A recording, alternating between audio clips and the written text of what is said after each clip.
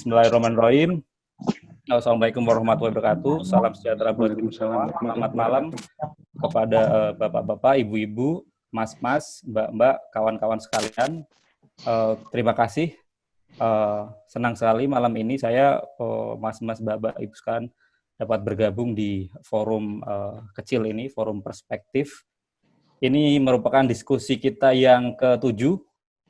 Sebelumnya kemarin kita membahas tentang sejarah dan jurnalisme. Sebelumnya ada ekonomi politik media dari Mbak Ika dan Conversation. Sebelumnya ada Mas Faris, kemudian ada Mas Bowo, studi memori, dan kemudian ada Mas Anto tentang konvergensi, dan waktu pertama saya dengan media dan post-truth ya. Ini saya mau sedikit perkenalan dulu sebenarnya perspektif apa, karena banyak banget kemarin, ada berapa ya, nggak banyak sih yang nanyain gitu ya, Mas ini lembaga apa gitu ya. Nah sebenarnya ini bukan lembaga atau institusi ya, ini sebenarnya wadah kumpulan. Waktu ini sebenarnya udah lama ya, tahun 2018, cuman waktu corona ini kita menemukan kembali format yang menurut kita ideal dengan diskusi seperti ini, dengan terhubung lewat aplikasi Zoom ya, memecah jarak, yang Mas dari Malang bisa ikut dan kawan-kawan yang lain bisa join di forum ini. Semoga diskusi ini tetap bisa berlanjut. Kalau ya semangatnya tetap ada seperti ini terus, kita juga semangat terus untuk ngadain diskusi selanjutnya ya. Malam hari ini, saya nanti biar yang kenal moderator ya. Saya senang banget Mas TL ini dosen panutan kita juga di Undip dulu. Saya juga sangat terima kasih mau berbagi di sini ya. Untuk mempersingkat waktu, mungkin saya kasih ke Mbak Asvin ya. Saya buka. Monggo silakan Mbak Asvin selaku moderator. Ya, selamat malam semuanya, seluruh peserta.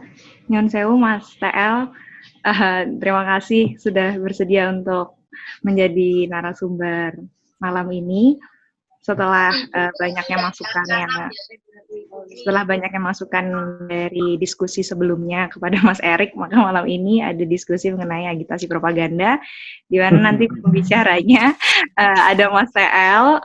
Kebetulan Mas TL juga di diskusi sebelumnya juga sudah memberikan prolog sedikit tentang diskusi yang akan dibahas malam ini.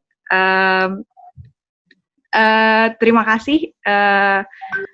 Sebelumnya saya perkenalkan dulu, malam ini narasumbernya Mas Triyono Lukmantoro, atau biasanya dipanggilnya Mas TL. Beliau adalah dosen ilmu komunikasi Universitas Diponegoro. Saat muda juga menurut sumber yang kredibel dalam kurung Mas Erik, beliau juga aktif dalam itu ya Mas ya, dalam organisasi kepemudaan. Untuk malam ini mungkin karena sudah jam 8 juga, mungkin bisa langsung dimulai.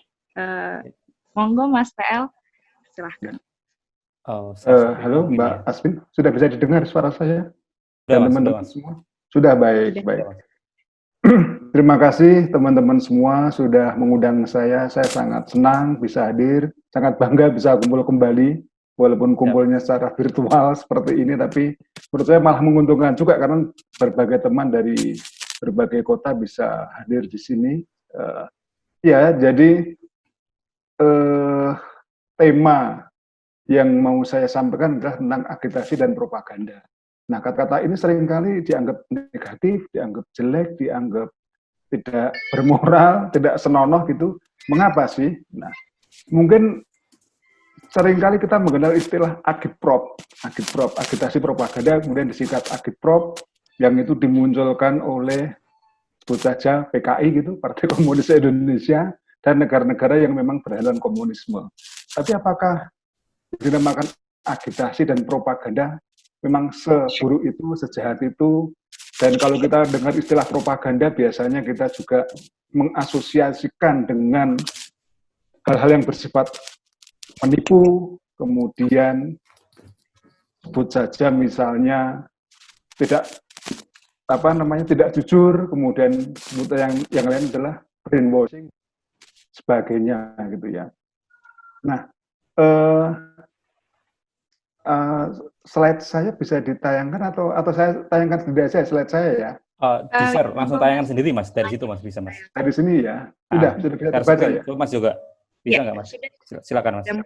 Boleh, Mas. Sudah terbaca ini ya. sudah. Ini, iya, lagi ini. Sudah, Mas. Sudah Oke. terbaca, Pak. Sudah. Oke, baik. Terima kasih. Ini jadi seperti ini judulnya. Agitasi propaganda strategi licik dalam komunikasi. Nah, Di fullin aja, Mas. Apa, Mas? Maaf. jadi full ya. Full. Full screen gitu maksudnya. Oke. Oke. Full screen. Sudah ya? Dah. Ya, baik. Saya terlebih dahulu dari konsep-konsep atau dari istilah-istilah yang sering digunakan dalam kamus. Pertama, Kamus Besar Bahasa Indonesia agitasi. Ini kata-katanya nanti kan konsepnya kan sudah terlihat benar bahwa identik dengan hal-hal yang negatif atau yang buruk. Misalnya ini, perumusan Kamus Besar Bahasa Indonesia tentang agitasi. 1, hasutan kepada orang banyak untuk mengadakan huru-hara, pemberontakan, dan sebagainya biasanya dilakukan oleh tokoh atau aktivis partai politik. Ini kan asosiasinya sudah sudah negatif. 1, huru-hara, 2, pemberontakan, dan sebagainya. Jadi sengaja dimunculkan hasutan-hasutan itu untuk memancing orang supaya marah. Yang kedua, pidato yang berapi-api untuk memengaruhi massa. Jadi kita bayangkan misalnya ada orang atau ada tokoh yang berbicara di depan umum, khalayak ramai gitu, kemudian dia berbicara sangat berapi-api, dan kemudian kita merasa terpancing dengan apa yang dia sampaikan, dan kemudian kita muncul kemarahan kita, itu namanya agitasi. Tapi yang unik yang ketiga ini, bahasa Inggrisnya juga sama. Tindakan mengaduk-aduk, ya, entah itu air, deterjen, pakaian, untuk mengeluarkan kotoran pada mesin cuci.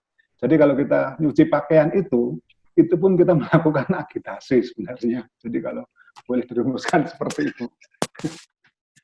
Nah, tapi itu saja yang sering dibaca atau yang sering dimaknai dalam kaitan ini, dalam perbincangan kita malam ini dan dalam kajian ilmu komunikasi, tentu saja adalah arti yang pertama dan arti yang kedua. Sekarang saya bandingkan dengan kata agitate dalam Oxford Learners Dictionaries ya. Jadi kamus Oxford. Jadi yang pertama itu adalah bagaimana kita berargumentasi secara kuat tentang sesuatu kepada orang lain supaya orang lain itu melakukan perubahan, baik itu dalam bidang hukum, dalam bidang kondisi sosial, dan sebagainya. Ya. Jadi, kita mengajukan argumentasi. Kemudian yang kedua, beragitasi bisa diartikan sebagai cara kita membuat orang lain supaya merasa marah, merasa kemudian bingung, cemas, atau takut. Nah, seperti itu. Nah, ini arti yang ketiga tadi seperti itu ya, mencampurkan bahan-bahan yang cair dan sebagainya untuk kemudian dikocok dan sebagainya. Itu dari Kamus Oxford hampir sama dengan Kamus Besar Bahasa Indonesia. Dan dugaan saya, Kamus Besar Bahasa Indonesia mengambil dari sini juga. Kemudian yang ketiga dari Merriam-Webster Dictionary. Tadi sama ya, soal cairan yang dicampur-campur tadi itu samanya kalau kita mau mencuci dan sebagainya. Kalau kita apalagi musim COVID-19 itu harus cuci tangan dan sebagainya, cuci baju pakai deterjen itu artinya kita sedang melakukan agitasi juga sebenarnya. Kemudian yang kedua ini saya kira, yaitu membuat satu rangkaian kegiatan yang kecil secara tidak reguler atau gerakan-gerakan kekerasan. Kemudian bagaimana kita menciptakan hal yang membuat kita tidak nyaman. Yang keempat ini adalah membicarakan biasanya suatu hal tertentu dengan berbagai sudut pandang untuk kemudian bisa diputuskan sebagai satu keputusan atau pendapat. Nah, itu tadi kata kerja mengagitasi. Nah, sekarang kata bendanya sebagai agitasi, apa itu?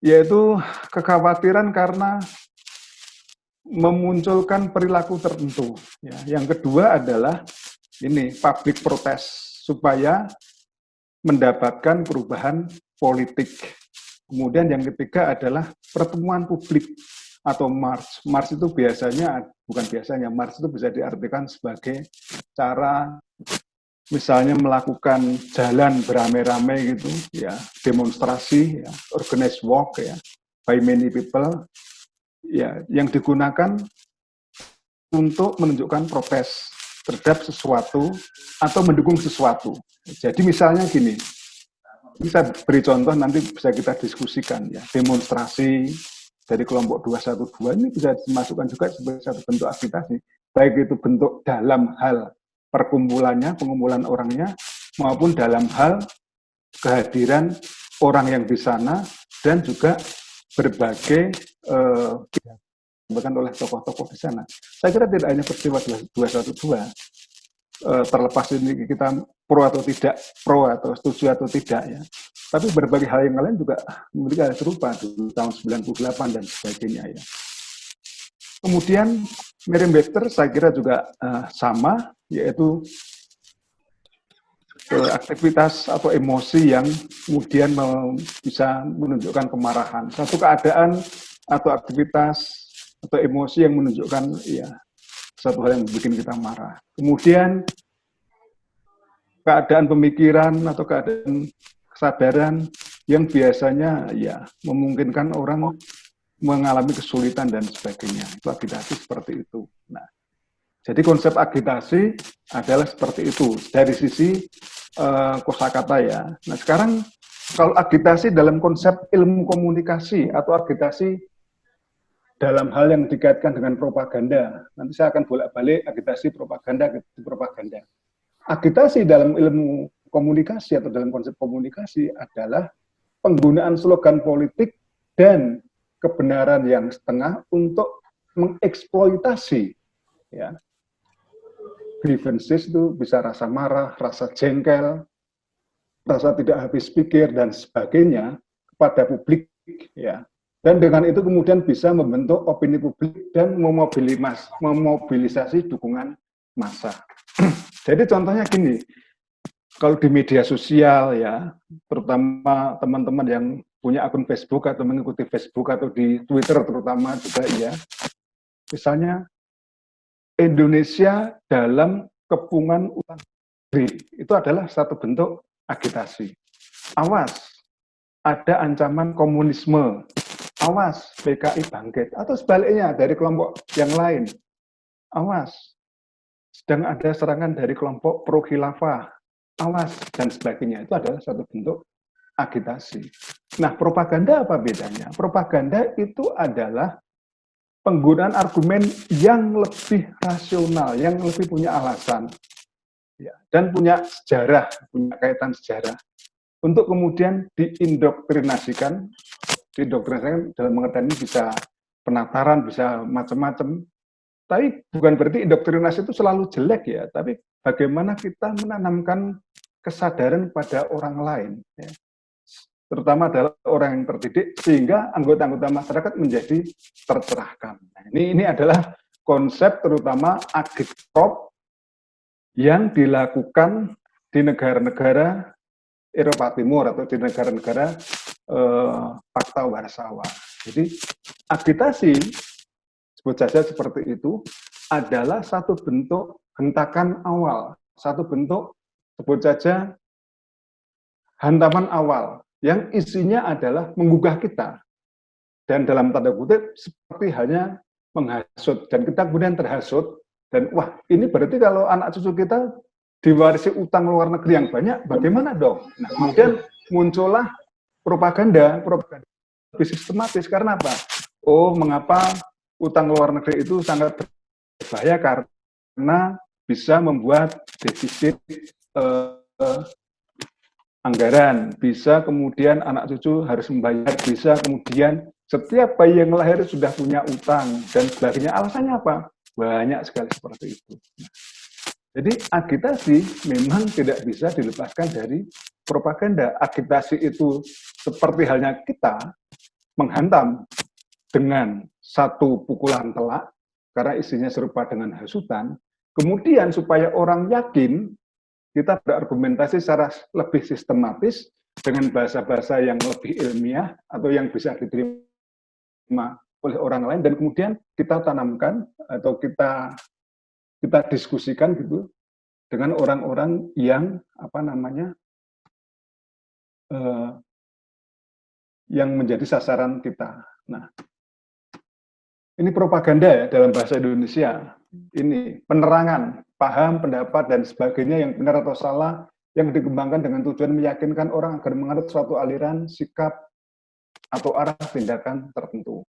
Biasanya disertai dengan janji yang mulu-mulu. Nah, saya kira Kamus Besar Bahasa Indonesia itu menerjemahkan propaganda juga dalam pengertian yang saya kira negatif ya. Penerangan. Saya masih ingat dulu zaman Orde Baru ada istilah Departemen Penerangan. Itu adalah Departemen Propaganda. Sama saja sebenarnya artinya. Ya, seperti itu. Jadi paham, pendapat, dan sebagainya yang benar. Ya. Atau dalam percakapan sehari-hari, propaganda itu artinya reklame atau iklan. Menawarkan obat, barang dagangan, dan sebagainya. Nah sekarang konsepnya. Mas, mohon maaf. Ya. Mohon maaf. Mas, apa namanya, ini banyak masukan. Apa ini Mas TL kayaknya speakernya ininya apa handsetnya jadi suaranya apa bisa di ini nih Mas kayak bermasalah. Iya, kok aku iya. Sekarang jelas nggak nih? Nah jelas itu Mas. Oh sekarang berarti harus saya dekatkan dengan. Nah gitu Mas. Oke, maaf. Sorry. Kurang ini. Okay. Kurang dekat mungkin dengan mulut propaganda saya ya. siap. Maaf, sorry. Maaf. Siap Mas. Oke Mas, lanjut Mas. Nah sekarang ini, nggak apa-apa, nanti kalau ada apa-apa aku ditegur aja ya. Misalnya terlalu cepat, kemudian kurang jelas dan sebagainya. Kita ngobrol aja di sini. Oke, siap Pak. Siap. Oke. Sekarang propaganda dalam pengertian dari Oxford Learners Dictionary, gagasan atau pernyataan yang mungkin salah.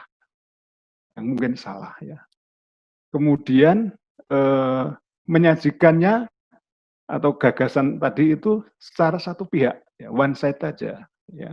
Yang kemudian digunakan untuk mendapatkan dukungan bagi pemimpin politik atau partai politik dan sebagainya. Jadi kalau dilihat dari konsep ini, dari kamus ini, propaganda itu isinya memang pernyataan, satu, kemungkinan salah, dua, hanya satu sisi untuk mengajukan argumentasi. Tentu saja sisi yang ditampilkan dalam propaganda itu adalah sisi yang menguntungkan pihak yang berpropaganda, pihak yang menjadi propagandis istilahnya kalau dalam propaganda itu. Kemudian dari Merriam-Webster, ya, itu adalah gagasan atau pernyataan yang biasanya sekali lagi salah, ya, yang biasanya sekali lagi keliru, atau dilebih-lebihkan dan disebarkan untuk menyebabkan suatu alasan tertentu, kemudian pemimpin politik, pemerintahan, dan sebagainya. Nah, kalau kita lihat dari kamus yang tadi saya sampaikan, Kamus Besar Bahasa Indonesia, kamus Oxford, kemudian kamus Merriam-Webster, masih menunjukkan dan mungkin rasa-rasanya propaganda itu satu, menyampaikan hal yang sengaja keliru, atau istilahnya adalah disinformasi, informasi yang memang sengaja disampaikan secara keliru, secara salah gitu ya. Dan kemudian adalah one-sided, ya, one side. Dan yang berikutnya adalah exaggerated, dilebih-lebihkan. Nah, itulah. Maka propaganda seringkali dianggap jahat gitu ya. Nah, ini kuatin saja ya, tapi gini, memang propaganda itu biasanya dijalankan atau agitprop ini dijalankan di negara-negara komunis ya. Di negara-negara Partai Komunis Uni Soviet, dan itu muncul pada tahun 1920-an. Kalau teman-teman ada yang belajar sejarah tentang komunisme dan sebagainya termasuk yang di Indonesia, saya sebenarnya punya keinginan juga bagaimana propaganda-propaganda yang dulu dimunculkan pada tahun 50-an, tahun 60-an, dan saya kira kita jangan takut ya untuk mendiskusikan hal-hal seperti ini gitu. Nah, ini sekarang Sampai di sini ada yang mau bertanya dulu atau berkomentar, Erik ya? Atau saya teruskan? Diteruskan aja Mas, nanti biar habis ini nanti kita kasih kesempatan yang lain untuk bertanya. Oh gitu ya, diteruskan. Menanggapi Mas Tean. Ya, teruskan aja nggak apa-apa Mas. Baik, baik. Nah ini ya, sekarang ini kita lebih ngomong secara konseptual, bukan lagi pada pengertian kamus, atau pengertian yang tadi terlalu politis, tapi kita masuk ke dalam science ya, ilmu komunikasi sebagai satu bentuk ilmu komunikasi. Nanti kita bisa berdiskusi di sini. Pertama, propaganda itu berasal dari bahasa Latin propagare, yang memiliki definisi utama sebagai proses alamiah reproduksi biologis. Jadi kalau kita lihat kata propaganda dari tadi yang saya sampaikan, baik dalam Kamus Besar Bahasa Indonesia, baik dalam kamus-kamus yang lain, apakah itu Oxford, apakah itu juga Merriam-Webster, sebenarnya artinya jauh sekali ya. Artinya bahkan bisa dikatakan kata propagare ini adalah satu bentuk pernyataan dari dunia pertanian, dunia agraris, dunia agraria gitu. Nah, proses ini kerja seorang tukang kebun yang mengupayakan pertumbuhan tanaman dengan memasukkan benih-benih lebih mendalam ke tanah. Sehingga tanaman itu mampu berlipat ganda dan menyebar ke mana-mana. Nah, ini kan. Jadi propaganda, propagated itu artinya adalah bisa menelusup, bisa masuk akar-akar tumbuhan tadi ke dalam tanah sedalam-dalamnya, dan bisa meluas seluas-luasnya, sejauh-jauhnya. Saya ulang yang poin kedua ini. Nanti karena ini dipakai dalam pengertian propaganda pada tahun-tahun berikutnya. Saya ulang ya. Proses ini merujuk pada kerja seorang tukang kebun yang mengupayakan pertumbuhan tanaman dengan memasukkan benih-benih lebih mendalam ke tanah. Sehingga tanaman ini mampu berlipat ganda dan menyebar kemana-mana. Jadi propaganda itu adalah cara bercocok tanam. Tidak sekedar bercocok tanam, tapi juga kemudian bagaimana benih yang sudah dimasukkan ke tanah itu, akar-akarnya bisa semakin dalam, dan kemudian semakin luas juga. Dan kita bayangkan ya, pohon itu kemudian bisa berbuah sangat baik sebanyak-banyaknya. Pemakaian kata dengan pemaknaan itu dapat ditemukan dalam bahasa Inggris pada 1450. Artinya kalau kita hitung sudah 600 tahun lebih ya kata propaganda ini. Nah, jadi propaganda itu muncul pada dunia pertanian.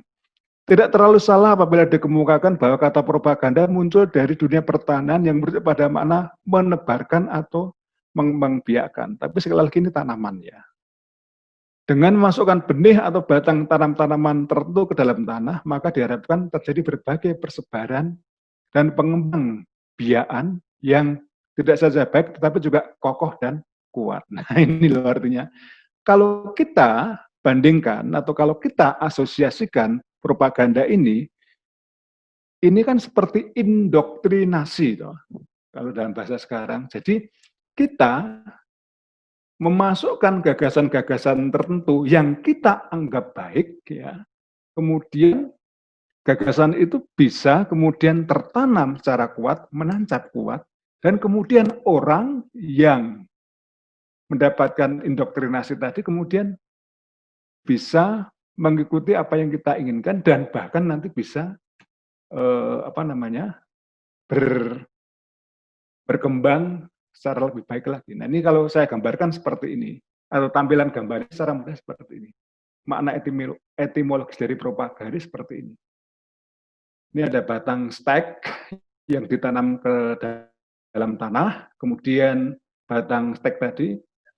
Saya masih ingat dulu kalau dulu SSD itu diajar juga keterampilan ya pertanian, berkebun gitu.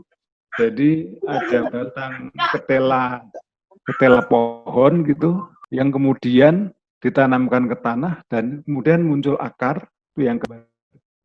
Dan yang ketiga, sudah mulai tumbuh dedaunan, ada ranting, kemudian daun, akarnya juga semakin banyak. Dan yang keempat, nah inilah hasil dari propaganda ya, seperti ini. Akarnya semakin luas, ya, semakin mengakar, ya, semakin kuat, semakin kokoh, dan kemudian tumbuhan tadi juga ranting dan daun-daunnya semakin banyak, seperti itu. Nah ini konsep propaganda yang kemudian dipahami sampai sekarang itu, kalau saya coba telusuri dari berbagai literatur, dari dicari sebab musababnya, kalau tadi kan dalam dunia pertanian seperti itu. Kemudian kata ini ya bisa ditelusuri sampai kemudian reformasi Protestan pada tahun 1517. Memang kata ini belum muncul sebagai satu bentuk hasutan atau satu bentuk penanaman nilai untuk melakukan perlawanan, tidak. Tapi ini adalah langkah awal munculnya lembaga propaganda. Kalau teman-teman yang pernah belajar teologi atau teman-teman yang beragama Nasrani, ada istilah Katolik dan ada Protestan. Kristen Protestan itu muncul pada tahun 1517. Tokohnya adalah Martin Luther. Dia adalah seorang rahib ya, yang memprotes kebijakan-kebijakan gereja saat itu, gereja Katolik sebut saja seperti itu, yang menurut dia ini praktek-praktek keagamaan yang tidak cocok ya. Ada praktek pengampunan dosa dan sebagainya ya. Kemudian harus membayar uang untuk satu hal yang dianggap salah dan sebagainya. Nah, kata propaganda kemudian muncul di sini. Lihat, reformasi Protestan tahun 1517, kemudian, nah ini bisa dibaca ya, tahun 1622, Gereja Katolik menjalankan yang namanya gerakan kontra-reformasi, gerakan untuk melawan reformasi, kemudian mendirikan lembaga yang namanya Sacra Congregatio de Propaganda Fide. Ini pada tahun 1622 ya. Jadi kalau dalam bahasa Inggrisnya Sacred Congregation for Propagation of the Faith. Nah, ini adalah kata awalnya, dan yang kedua, baris yang kedua itu adalah terjemahnya dalam bahasa Inggris ya. Jadi ini adalah organisasi untuk melakukan propaganda. Apa itu propaganda? Propaganda tentang apa? Propaganda dalam ini adalah propaganda tentang keimanan. Ya, jadi kontrareformasi ini adalah satu bentuk perlawanan atau serangan balik gitulah secara mudah dalam bahasa yang lebih sederhana terhadap gerakan reformasi yang dianggap sesat. Ya. Kemudian lembaga gereja Katolik ini punya namanya Sacra Congregatio de Propaganda Fide. Nah, seperti itu. Nah, kemudian propaganda ini kemudian identik dengan konflik. Konflik itu artinya apa? Berperang, peperangan. Ya. Jadi ada pihak yang sengaja dijadikan musuh dalam kaitan dengan reformasi tadi, orang-orang yang mengikuti reformasi, para pengikut Martin Luther, kemudian ya dianggap ini sesat dan harus propaganda menunjukkan konflik. Karena dianggap dalam bahasa yang lain dianggap bidah gitu ya, dan kemudian harus diluruskan. Maka propaganda itu selalu mengadakan konflik. Kalau dalam ideologi antara liberalisme, komunisme gitu ya. Kalau di negara kita Pancasila dengan ideologi lain yang bertentangan, entah itu yang disebut sebagai PKI atau yang disebut sebagai khilafah. Jadi perang ideologi ya itu tidak pernah selesai memang, walaupun negara komunisme sudah hancur, tapi satu ideologi yang sedang berkuasa atau dikehendaki mau muncul untuk berkuasa selalu dipropagandakan. Kita bisa lihat sehari-hari kalau teman-teman mengikuti entah itu di Facebook atau di Twitter itu kan sebenarnya kan propaganda dan isinya adalah konflik. Kemudian propaganda itu adalah Manikiaisme. Ini dari kata Manikian. Manikianisme itu adalah paham yang melihat adanya peperangan antara kekuatan putih melawan kekuatan hitam, antara kekuatan setan dengan kekuatan malaikat, ya, seperti itu. Ya, jadi saja pihak yang berpropaganda atau propagandis itu mengklaim dirinya, meletakkan dirinya, memposisikan dirinya sebagai pihak yang benar. Sementara pihak yang dilawan, pihak yang dianggap musuh itu adalah pihak yang jahat. Jadi coba teman-teman lihat, dalam propaganda pasti isinya adalah apa yang disebut dengan pertarungan antara kelompok yang hitam dan kelompok yang putih. Dan orang yang berpropaganda, misalnya saya yang berpropaganda, saya mengklaim, saya ini putih, saya ini baik, saya ini terhormat, saya ini tertindas, saya itu menegakkan kebenaran dan sebagainya. Yang lain itu salah, keliru, hitam, dan seterusnya. Seperti itu. Itulah yang disebut dengan Manikianisme. Propaganda juga memengaruhi opini-opini khalayak melalui transmisi gagasan-gagasan. Nah, dalam mengapa saya tampilkan orang yang sedang berperang? Karena memang propaganda lazim dipakai dalam peperangan. Entah peperangan yang melibatkan tentara, misalnya adalah Perang Dunia Pertama, Perang Dunia Kedua, Perang Dingin, dan sebagainya, atau perang gagasan. Perang misalnya antara kelompok yang mendukung pemerintahan Pak Jokowi dengan pihak lain yang tidak mendukung Pak Jokowi atau yang ingin menggantinya dan sebagainya. Nah, seperti itu. Nah, propaganda juga isinya adalah membentuk berbagai persepsi, memanipulasi kognisi, dan mengarahkan perilaku. Jadi, persepsi kita dibentuk, kognisi kita, persepsi itu artinya pemikiran, kognisi juga sama pemikiran, cara kita melihat satu masalah, cara kita memandang satu persoalan, dan kemudian perilaku kita juga dikontrol, ya, seperti itu.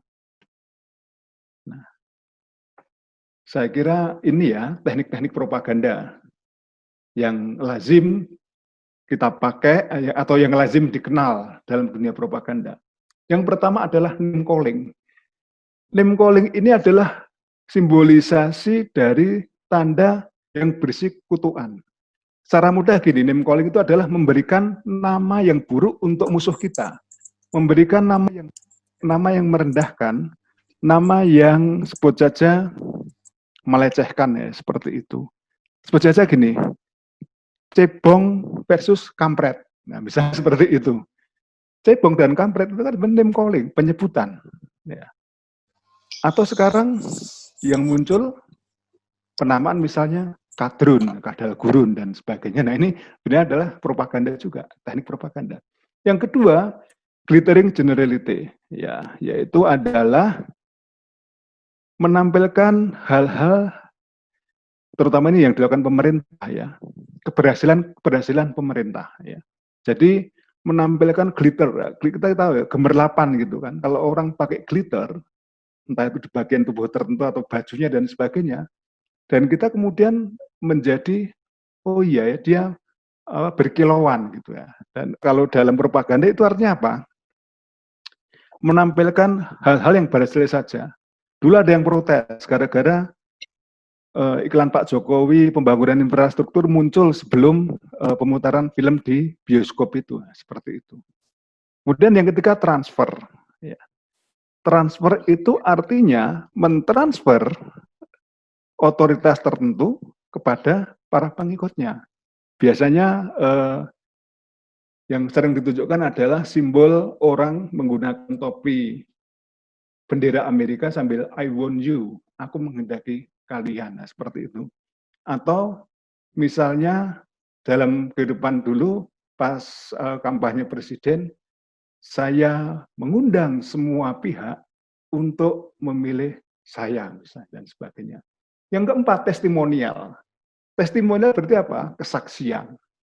Kesaksian ini bisa dijalankan oleh siapa saja, entah oleh tokoh yang sudah mapan, elit politik sebut saja seperti itu, dan yang dilakukan oleh juga orang awam, ya.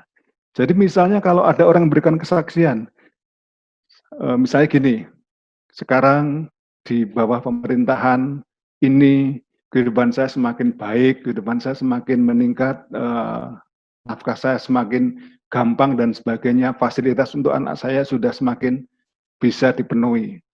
Ini adalah testimoni yang mendukung.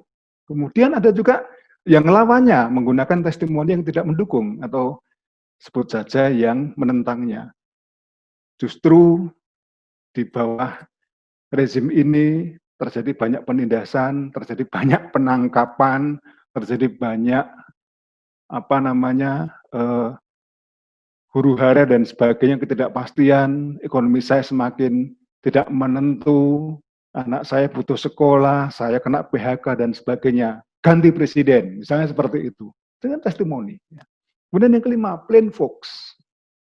Plain vox biasanya dilakukan ya ketika elit politik yang sedang berpropaganda itu kemudian hadir di tengah-tengah rakyat awam. Misalnya gini, kalau di Amerika biasanya ada seorang calon presiden kemudian menggendong bayi dan mencium bayi tadi. Nah, kalau di Indonesia teman-teman bisa lihat pada saat kampanye kemarin atau pada saat Pak Jokowi juga, misalnya Pak Jokowi selfie. Selfie dengan siapa? Apakah dengan pejabat? Tidak. Selfie dengan masyarakat biasa. Itu namanya plain vox. Jadi bergaul menyerupai dengan orang-orang sebayanya, ya, dengan orang-orang yang biasa, bukan elit gitu. Jadi dia masuk dalam kerumunan untuk bisa dianggap bagian dari kerumunan itu, dianggap menjadi bagian dari rakyat, dari orang awam, dari orang biasa. Itu namanya plain vox, dan itu banyak dipakai. Misalnya yang Prabowo juga sama, saya kira menggunakan plain vox, kemudian dia bagaimana merangkul orang-orang awam, merangkul orang-orang yang sehari-hari tidak pernah dia temui misalnya dan sebagainya, sama. Yang keenam, card stacking. Ini seperti halnya mengatur kartu, hanya saja harus pinter-pinter untuk menunjukkan kartu mana yang menguntungkan si propagandis atau orang yang melakukan propaganda, dan kartu mana yang menjadikan dia menjadi mati. Nah, ini yang dinamakan dengan card stacking. Jadi contohnya angka-angka, data-data statistik ditampilkan. Kelihatannya objektif, tapi sebenarnya sudah dipilih-pilih. Ini loh data yang saya tampilkan dan sebagainya. Objektif kan karena ada data statistiknya. Nah, data statistik biasanya digunakan sebagai pembenar ya, untuk kemudian membuat orang merasa takjub dan kagum. Kemudian yang terakhir, bandwagon. Bandwagon ini sebenarnya terjadi, kalau diterjemahkan adalah kereta yang berisi kelompok pemain musik. Band itu katanya kelompok pemain musik. Artinya bandwagon terjadi dalam arena sirkus. Apa? Ketika di kereta tadi, ya, di gerbong tadi itu berisi penyanyi, berisi pemain musik, dan mereka dengan riang gembira menyanyi diikuti oleh banyak orang. Nah, sekarang kalau dalam prakteknya sehari-hari seperti apa? Bandwagon ini seperti halnya kalau teman-teman sering lihat hasil survei, terutama adalah survei-survei menjelang pencoblosan, hari pencoblosan. Ya. Misalnya, menurut survei, menurut polling dari lembaga A, Jokowi meraih suara sekian persen, Prabowo meraih suara sekian persen. Nah, itu namanya bandwagon. Bandwagon itu artinya apa? Ketika kita memilih orang yang kemungkinan besar menang dalam pemilihan nanti, itu namanya bandwagon. Tapi bisa juga terjadi yang namanya oposisi dari bandwagon, namanya underdog, ya, underdog effect. Ya. Ada istilah bandwagon effect, ada istilah underdog effect. Underdog effect terjadi ketika calon yang kita ingin pilih hasilnya adalah ternyata buruk dan kita kasihan. dan karena hasilnya masih jelek di bawah pesaing, maka kita berlomba-lomba ya, maka kita berupaya sekeras mungkin untuk kemudian mendukung calon yang kira-kira akan kalah ini. Nah, seperti itu. Seperti itu saya kira. Erik dan Mbak Asvini, saya kira sementara itu dulu ya, nanti supaya gantian kita bisa berdiskusi dulu ya. Saya kira itu ya. Oke, terima kasih Mas TL atas berbagi pengetahuannya, karena sudah ada pergeseran-pergeseran terhadap makna dari propaganda, agitasi. Tadi sudah dijelaskan sama Mas TL berdasarkan mulai dari etimologisnya, sejarahnya, sampai teknik-teknik yang juga dijelaskan secara simpel, jadi kita mudah menerimanya. Karena contohnya juga baru-baru, juga gampang diingat, gampang terrelate sama keadaan hari ini. Mungkin karena dijelaskannya sampai sini dulu, ada pertanyaan atau ada tanggapan dari peserta diskusi? Silahkan. Boleh langsung atau chat dulu biar bisa saya dipin nanti sama Mas Yoga.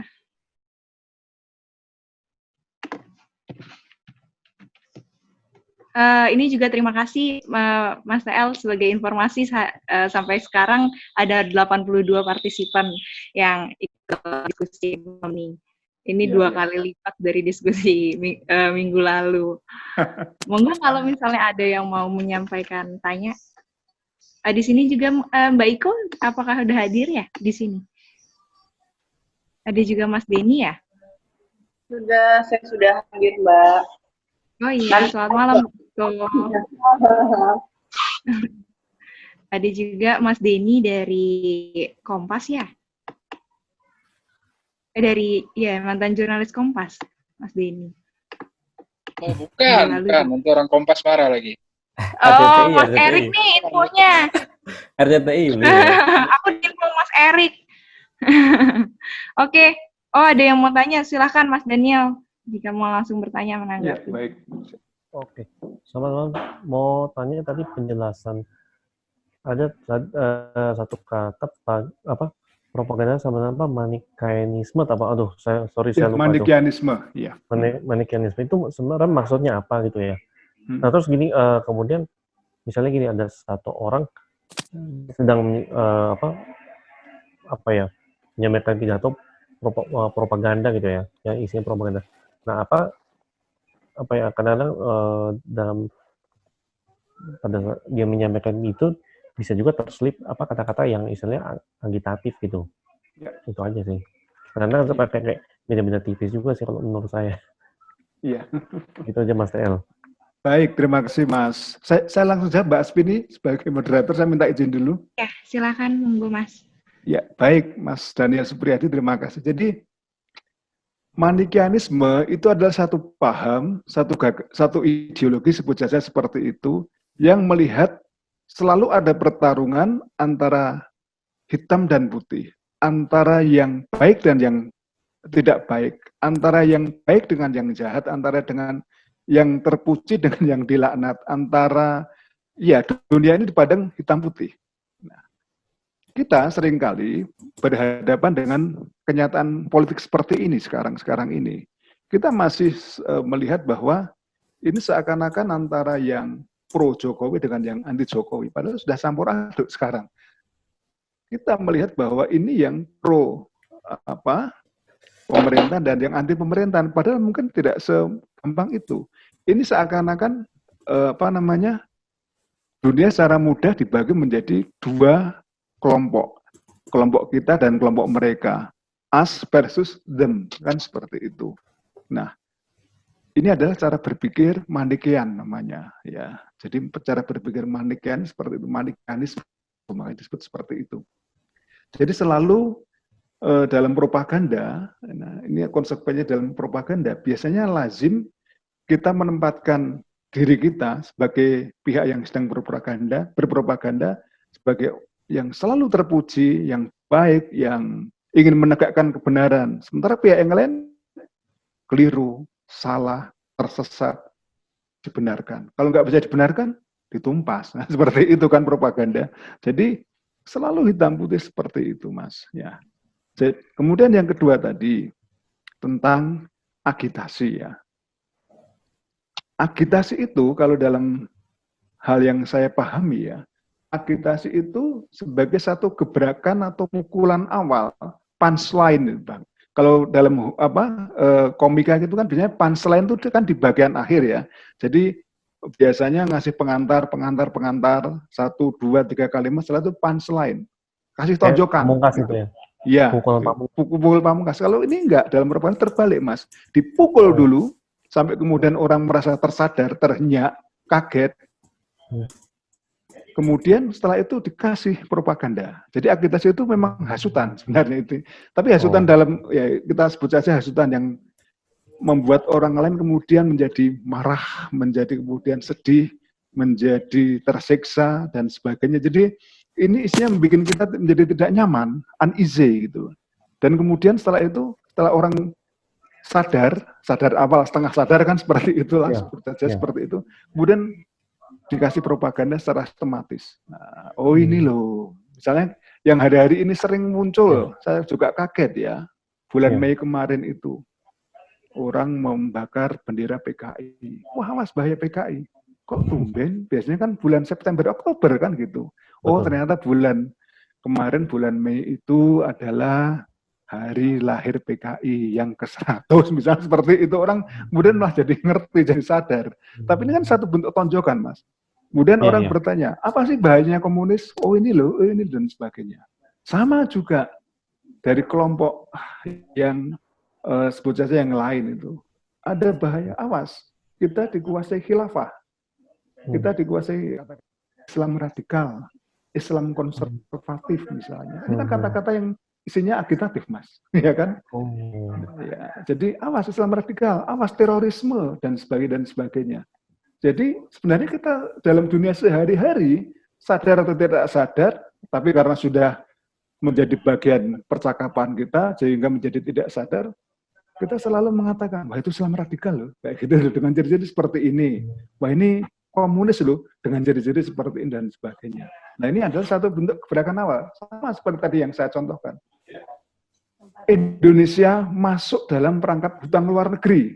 Awas, hutang luar negeri kita menenggelamkan anak cucu kita nanti, ya atau tidak? Hasutan sebenarnya. Dan berisi tonjokan yang luar biasa keras. Gitu kan.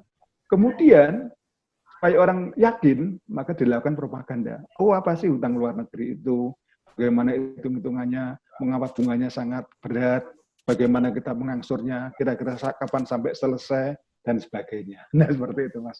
Jadi memang antara agitasi dan propaganda tidak bisa dipisahkan. Jadi menurut saya itu adalah menjadi satu paket istilahnya. Ya, satu paket. Nah, jadi seperti koin yang berisi dua sisi. Jadi sisi angka dan sisi gambar seperti itu toh. Sisi gambar itu kan saya tonjokkan tadi. Wah, ini gambarnya menyeramkan. Kemudian tunjukkan angka-angkanya, data-datanya. Dan itu secara sistematis. Ini keren juga toh ini. Betul. Seharusnya seperti itu gitu loh. Ya, baik, termasuk juga apa kayak pidato BK waktu pas zaman-zaman konfrontasi Malaya juga seperti itu, mungkin bisa kayak dimasukkan propaganda dan agitasi itu ya, dimasukkan ke dalam itu. Ya, betul Mas.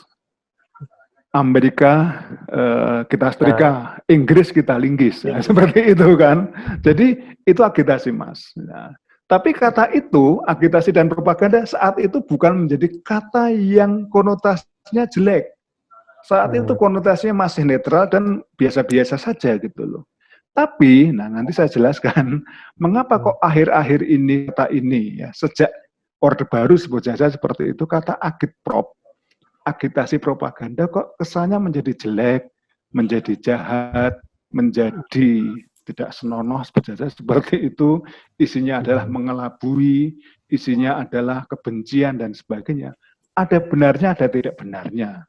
Tapi kalau kita lihat sebenarnya, semua itu juga dipelajari. Dalam ilmu komunikasi itu ada nama mata kuliah namanya opini publik dan propaganda. Nah nanti kita lain waktu bisa bicara tentang opini publik, Mas. Nah, jadi Menarik. Ya karena kan Anda suka bilang penggiringan apa opini Penggiringan publik opini seperti atau apa itu. pembentukan opini publik. Nah ini Pembentukan suka opini atau pengalihan opini benar. seperti itu.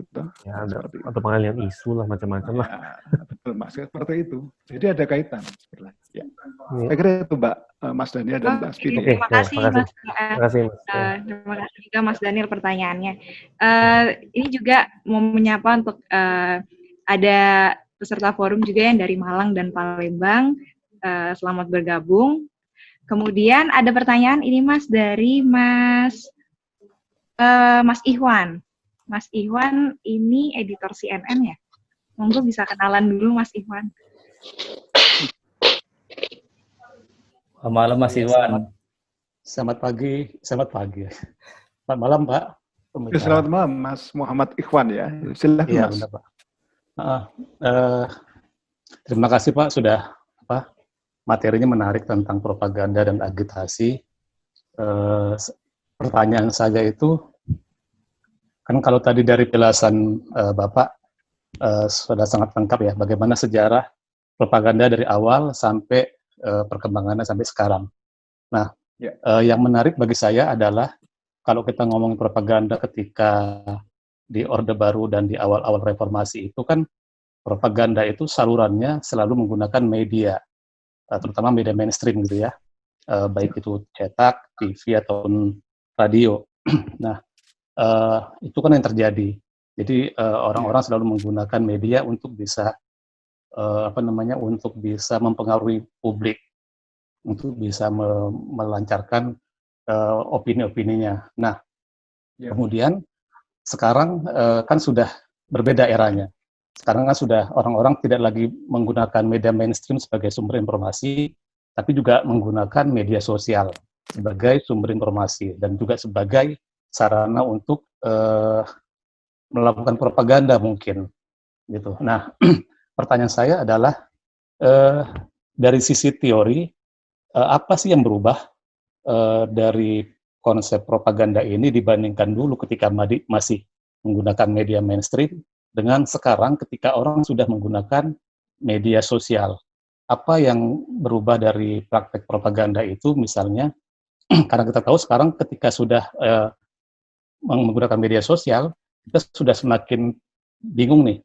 Kita nggak tahu siapa pelaku, siapa propagandisnya, dan siapa yang ininya. Jadi semua orang punya kesempatan yang sama untuk bisa melakukan propaganda.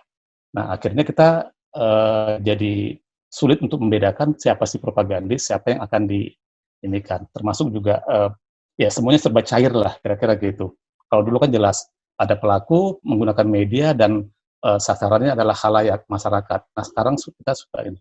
Nah, saya ingin tahu secara teoritis apa nih Mas yang terbaru dan apa yang menarik dari perkembangan teori propaganda di era sekarang. Gitu. Ya. Itu sih pertanyaannya. Terima kasih Mas atas jawabannya. Iya. Minta izin untuk sharing PowerPoint lagi ya. Ini sebenarnya pertanyaan menarik. Ada 2 PowerPoint yang bisa ditampilkan di sini. Ya. Nah. Ya, saya akan menjawab pertanyaan dulu dari Mas Ikhwan tentang media, Mas, penggunaan media. Tadi Mas Ikhwan sampaikan di zaman awal-awal Orde Baru atau juga reformasi atau bahkan zaman demokrasi terpimpin Bung Karno itu ya, dan juga zaman Perang Dunia Pertama, Perang Dunia Kedua, bahkan sampai Perang Dingin tahun 50-an, kita itu berada pada yang dinamakan First Media Age, era media pertama. Broadcast. Broadcast itu pengertiannya bukan broadcast televisi dan radio. Broadcast itu pengertiannya adalah terpusat. Terpusat itu artinya apa? Hanya segelintir pihak yang memiliki media dan kemudian segelintir orang tadi itu menyampaikan pesan-pesan kepada orang banyak, pada khalayak istilahnya, ya, kepada massa, istilahnya massa itu. Dan mengapa kemudian kita tidak mengenal propaganda tandingan? Ada sih propaganda tandingan, tapi sifatnya diam-diam, terselubung. Karena apa? Mohon diperhatikan di bagian first media age, di kolom itu, one way communication. Komunikasinya satu arah. Satu arah dari siapa? Dari pihak propagandis kepada pihak propagandi. Dari pihak yang mengirimkan propaganda kepada pihak yang menjadi objek atau menjadi khalayak propaganda. Nggak ada misalnya media yang bisa menentangnya, karena seperti diskusi minggu yang lalu, contohnya di zaman Orde Baru lah, semua dikontrol negara. Dari yang namanya organisasi profesi hanya satu, namanya PWI, Persatuan Wartawan Indonesia. Kemudian izin untuk media massa juga harus melalui Departemen Penerangan, Departemen Propaganda, entah itu namanya surat kabar, radio, dan televisi. Bahkan dulu di Departemen Penerangan ada namanya Dirjen RTF, Dirjen Radio, Televisi, dan Film. Nah, saya masih ingat itu ya. Dirjen Radio, Televisi, dan Film. Dan juga ada yang namanya Dewan.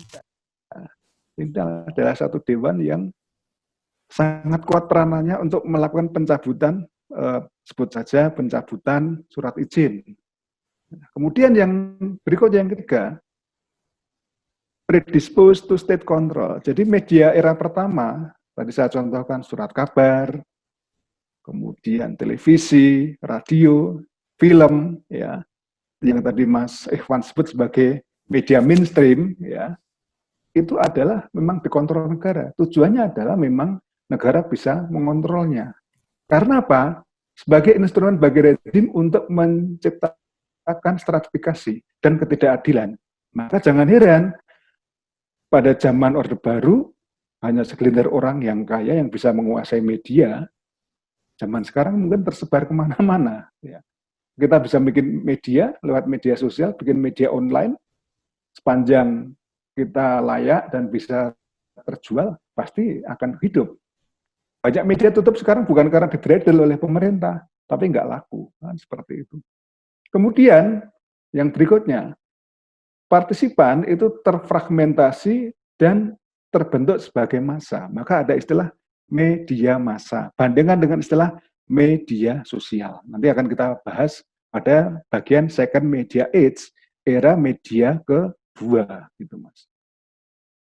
Dan first media age ini broadcast, sekali lagi broadcast pengertiannya bukan penyiaran, tapi dari pihak, segelintir orang kecil yang memengaruhi banyak orang. Itu namanya adalah broadcast. Ya. Kemudian influence consciousness, jadi memengaruhi kesadaran. Nah sekarang bandingkan teman-teman semua dan Mas Ikhwan ya. Kita sekarang pada era second media age, era media kedua, dan itu sangat beda sekali. Kalau media pertama, ciri khasnya adalah broadcast, yang second media age, era media kedua, interaktivitas. Coba di Facebook atau di Twitter, interaktivitasnya terjadi. Kita nggak suka, nggak usah baca. Kita suka, kita kasih tanda like. Kita marah, kasih tanda marah. Kita ingin ngomong, kasih omongan komentar. Omongan kita nggak disukai orang, dikonter oleh orang lain. Komentar banyak banget tanpa selesai. Kan, gitu. Jadi apa? Decentered. Lawan dari center. Tidak terpusat, mengalami desentralisasi. Dari banyak pihak berbicara kepada banyak pihak. Nah, many speak to many. Jadi tadi kalau Mas Ikhwan sampaikan, nggak jelas siapa yang berpropaganda. Iya Mas, ini adalah era media sosial. Gitu. Ini adalah second media age yang mengandalkan interaktivitas. Semua orang, asalkan banyak followersnya, nanti maka kita lihat. Media pertama tidak dikenal influencer, tidak dikenal buzzer. Tapi di era media kedua ada istilah influencer, ada istilah buzzer. Ya atau tidak? Nah, seperti itu loh. Sebenarnya terjadi perubahan. Siapa yang menjadi pihak yang melakukan, sebut saja semakin memperkeras propaganda tadi. Kemudian two-way communication, komunikasinya dua arah. Ya, karena interaktivitas maka dua arah.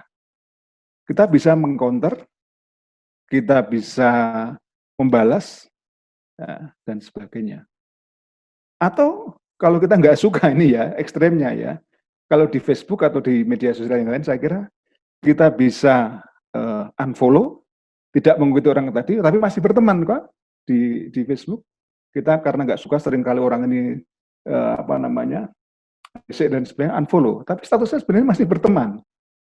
Atau kita unfriend, atau kita sudah nggak mau, kita block. Kan ada 3 tahapan seperti itu loh. Nah, kemudian menghindari kontrol negara. Kira-kira pemerintah bisa mengontrol internet nggak? Bisa. Contohnya kemarin Jokowi kemudian divonis ya karena dianggap tidak cukup baik dalam internet di Papua. Dia juga kena. Itu artinya dia campur tangan. Di Cina juga iya. Google itu apa ada? Nggak ada. Ada. Cina punya Google sendiri gitu loh. Saya lupa namanya apa ya. Kemudian melakukan demokratisasi.